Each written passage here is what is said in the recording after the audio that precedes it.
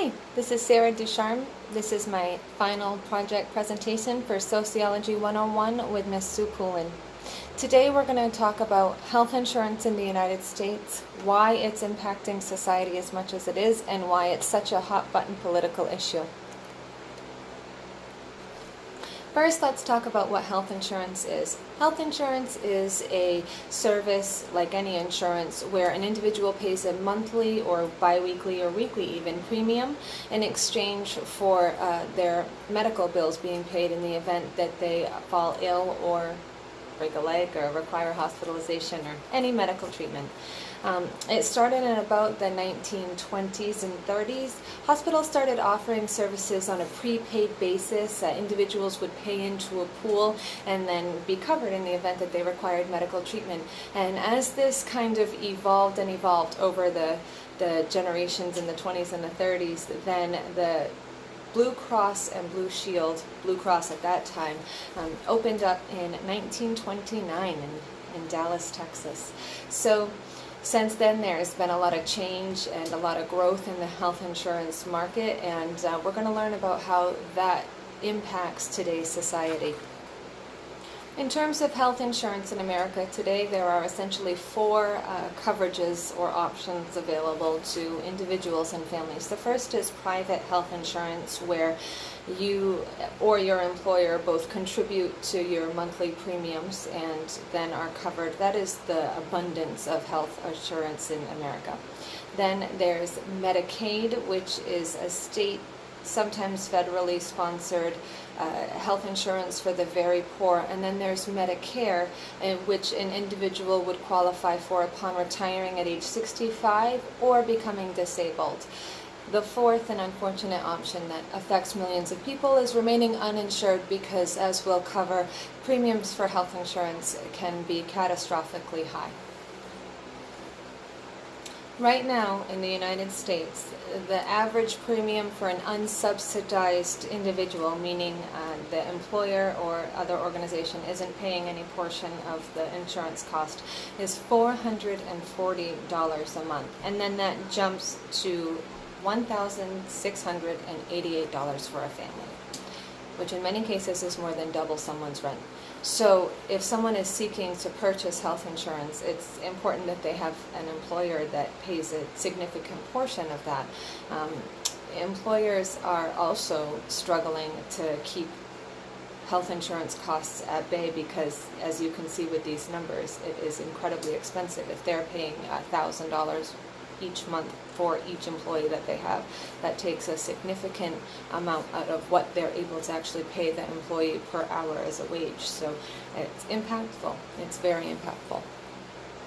In addition to the very, very high premiums that we're seeing in the last 20 years, let's also talk about deductibles. There's been a big outspread, a big shift in insurance companies that want to offer high deductible plans. So you would pay a smaller premium for health insurance, but your health insurance would only kick in after you spent a certain amount of money. And what I read that astonished me was that the average deductible in the United States was $9,996 for a family. So the family is already paying, the average with subsidized insurance was about $5,000. So the family's paying $5,000 for insurance, and then they're not even having insurance coverage until they've had in excess of $10,000 of medical bills. So they've spent $15,000 as an average in America before their health insurance even begins to provide coverage. That is not effective. Before we go into the non-insured individuals in America, let's discuss Medicare and Medicaid briefly. Medicare, as we said earlier, is for people 65 and older. What a lot of people don't know is that Medicare isn't typically effective at covering one's health insurance costs in its entirety. Often people require getting supplemental insurance programs with that, which they do pay for out of pocket, though it's typically less expensive than employer-sponsored healthcare private insurance. something that has been true for the last 15 years is that there's a prescription coverage gap in Medicare. So basically, once an individual's prescription spending reaches past a certain amount, and that amount varies year to year. This year it was $9,000. They fall into what's called the donut hole. And what that means is that once they've spent up to $9,000, Medicare and their supplemental insurance program pays only a small portion of their prescription costs until they then reach an amount which varies year to year. This year is $15,000. So the individual is responsible for purchasing 75 to 90% of the cost of the medication independently, and for that $6,000 amount.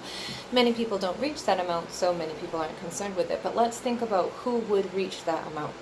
Who would have more than $9,000 in prescription drug care costs? Diabetics, cancer patients, dialysis patients. The more acute the care, the more expensive it is. So what we're doing is we're leaving our most at-risk seniors and disabled individuals stranded without their medications that they desperately need for a $6,000 portion of time. And so that was enacted to cut Medicare costs, like I said, several years ago, but it's quite challenging for individuals that do reach the donut hole. And as healthcare professionals, we actually see that quite a lot, of course, because we are interacting with the higher risk, more acute individuals more frequently. Medicaid coverage is for individuals with lower income, and it is an essential and important program in my opinion. Medicaid, we know it around here as main care, gives insurance to low-income families, particularly families with children, and usually covers more children than more adults. So what I mean by that is, regardless of income, if you have children in your home, usually if you're below $25,000 per year, the children are able to be covered, and that is extremely important.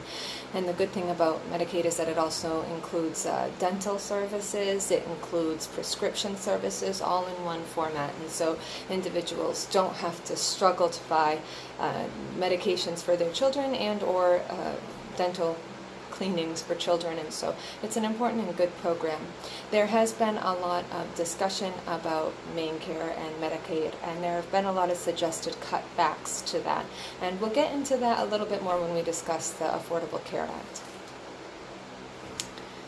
What we need to talk about right now, and this is a crisis, is the people that are unable to afford the $15,000 per year that their private insurance costs them in total, and the people that make too much money, they're not quite at the poverty line, that don't qualify for Medicaid and aren't old enough or aren't disabled to get Medicare. We have a huge pool of uninsured people in the United States, and it's to the point that it's a crisis. The number of Americans without health insurance is 36.8 million people in America without health insurance right now. Since there's been an improvement in children's coverage, as we discussed with the Medicaid, there are still 3.6 million children in the United States without medical insurance right now.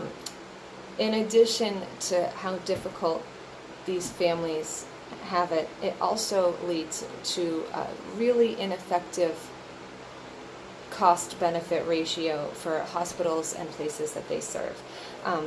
The average uninsured person costs, if we're talking financially, the United States $84.9 billion uncompensated care. And what that means is individuals have to go to the hospital because it is against the law for a emergency room to turn them away. So when the individual goes to the emergency room for a head cold or a sore throat or their child, whatever the issue is, then of course the emergency room takes them and treats them, and then the patient is unable to pay their bill because they don't have health insurance. And the average emergency room costs between $1,500 and $3,500 in the United States right now. In 1986, Congress passed the Emergency Medical and Treatment Labor Act, and that does forbid emergency rooms from turning away patients that are unable to pay. So, as we said, uncompensated care costs $84.9 billion, and that is healthcare services provided without a source of payment. Also, these people are struggling. I did an interview with a coworker of mine. Her name is Jamie. I did an interview for this project just to ask what it was like to work full-time, have a two-person family household, work full-time and not be able to have health insurance. And Jamie told me that she and her husband both work 40 to 60 hours per week. They pick up overtime whenever it's available. Jamie works as a laundry professional at Marshwood Center. She is essential to keeping our building running. I remember in earlier chapters it occurred to me how interesting that was, because according to the functionalist model of services there, it was important jobs, that essential jobs that should be worth more money, but often that isn't the case. So Jamie said that she and her husband were above minimum wage until the minimum wage increase. So they are each making about $400 to $600 a week, which sounds like plenty of money with two people. But when she broke down what her grocery bill is with 3 children, and what her rent is, and her gas and car insurance, they are literally left with $300 per month in total to cover any other expenses that come up. And the health insurance offered by our employer for her alone would have been $60 per week, or $120 biweekly, and for her and her family it was $350 biweekly. So $700 a month just for the most basic high deductible plan, and that rings true all across America. It is so unaffordable. So what do we do about it? The Affordable Care Act was passed into law in March of 2010. It is the plan of President Barack Obama, often referred to as Obamacare, and it did a lot of fantastic things for healthcare. First and foremost, it disallowed and forbid health insurance companies to deny people with pre-existing conditions. That this law was put into place in March of 2010, and by 2014 they were no longer allowed to deny coverage to anybody. If you offered it to one, you offered it to all. It also opened up the types of insurance benefits that were offered, including ambulatory care and outpatient treatment. It mandated emergency coverage, prescription coverage, rehabilitation coverage, and pediatrician services. It also made preventative and wellness care no cost to the individual, the insured individual. So there were a lot of positive things that came from that act, and it was a exciting time in some ways, but not always. There were many people that felt incredibly uncomfortable with the Affordable Care Act. And when I looked up reasons why, first of all, it didn't seem to offer enough coverage to enough people.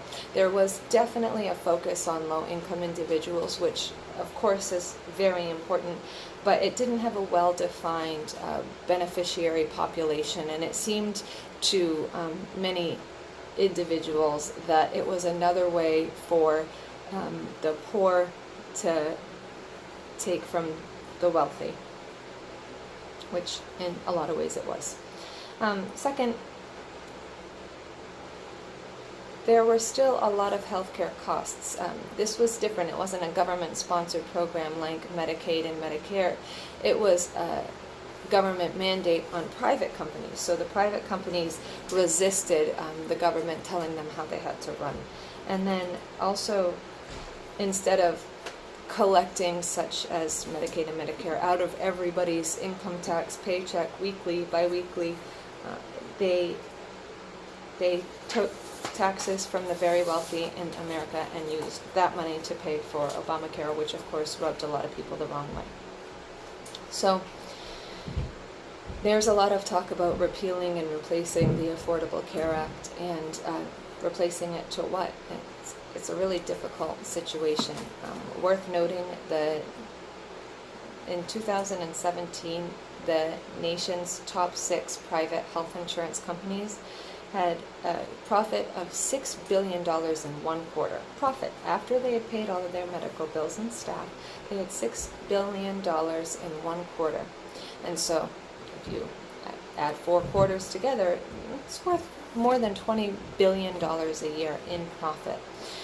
Other countries such as Canada do have government-funded health insurance. They call it Medicare there, and the government pays for essential healthcare services for all individuals in Canada. For prescription coverages and for elective procedures and for dental work, individuals in Canada still are required to get their own private insurance, but there are very strict mandates on what insurance companies can provide, and even stricter, more important mandates on what prescription companies and doctors and elective cosmetic surgeons and dentists can bill for their services. So there's a strict control on what can be billed for what, and so that is extremely important. However, it would be very challenging to see the United States switch over to such a form. I'm sure that the 2 million Americans employed by private health insurance companies would struggle deeply if they were eliminated. At the same time, it's becoming more and more and more expensive and including less and less and less people. It is unbelievable how many people are in high deductible plans that don't serve them or uninsured. It's more than 40 million people in our own country. So I don't know what the solution to that is, but it certainly is a problem that affects society, and I think that it speaks well to conflict theory when you see groups of people profiting billions and billions of dollars, yet not allowing coverages for struggling individuals. There should be a happy medium somewhere where people have good, safe, affordable coverage, and the insurance company makes a little money off of it. That is my presentation. Thank you for watching. It was 17 minutes and not 10. I probably rambled a bit. Thank you. Looking forward to your feedback.